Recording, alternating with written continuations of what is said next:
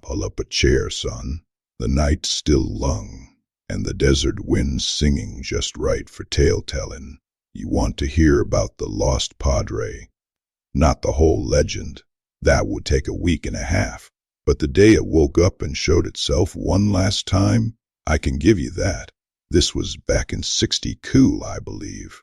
Springtime. The air was still cool enough that the mountains did not shimmer with heat just yet. A young fella, Reverend Abel Thornton, had come out from some small town in East Texas. Fire and brimstone type, but earnest. He would gotten the callin' not just from God, I reckon, but from the old stories themselves. He was convinced the lost Padre mine was not just a legend, but a test of faith. Said if the Lord could part the Red Sea, he could sure enough show a faithful man a vein of gold. So he gathered a crowd, not a big one, maybe 24 souls from El Paso and the surrounding Dust Bowls. Folks down on their luck, dreamers, a few old-timers like me who just wanted to see the show. We followed him up into the Sierra Cristo Rey, right near the border. The sun was high, and the only thing shining was the sweat on the Reverend's brow. He preached as he climbed, his voice bouncing off the canyon walls. He talked about divine providence and the riches promised to the righteous. Most of us were just there for the spectacle, but he had a power to him. I will give him that. You could feel the hope thickening the air, mixing with the dust. We reached a narrow pass, a place where the rock walls closed in, and that is when he stopped dead. He fell silent, his eyes locked on the ground. Right there, cutting across the path, was a trench. It was not natural.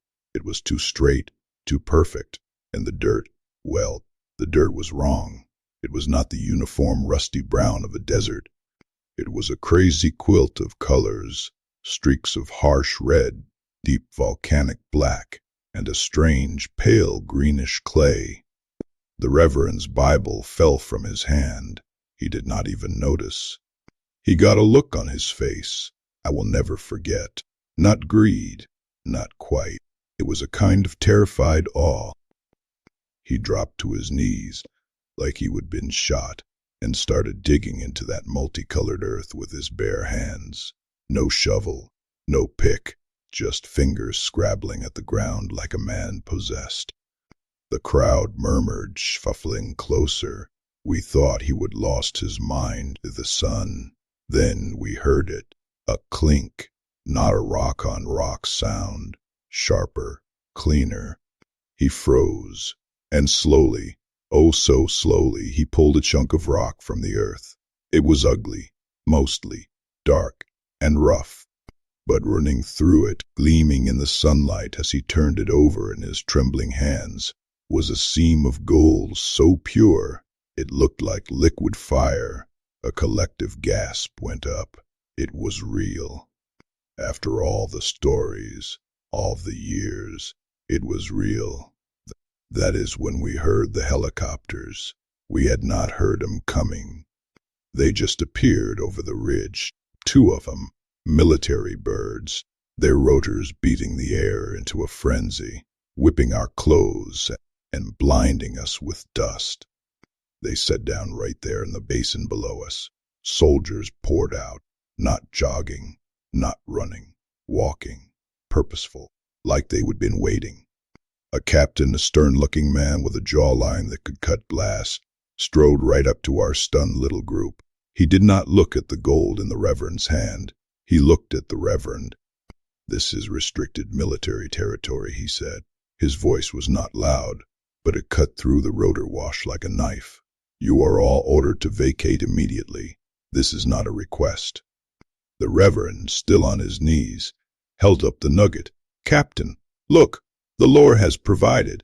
The captain's eyes flicked to the goal for half a second. No surprise, no interest. Just cold, flat acknowledgement.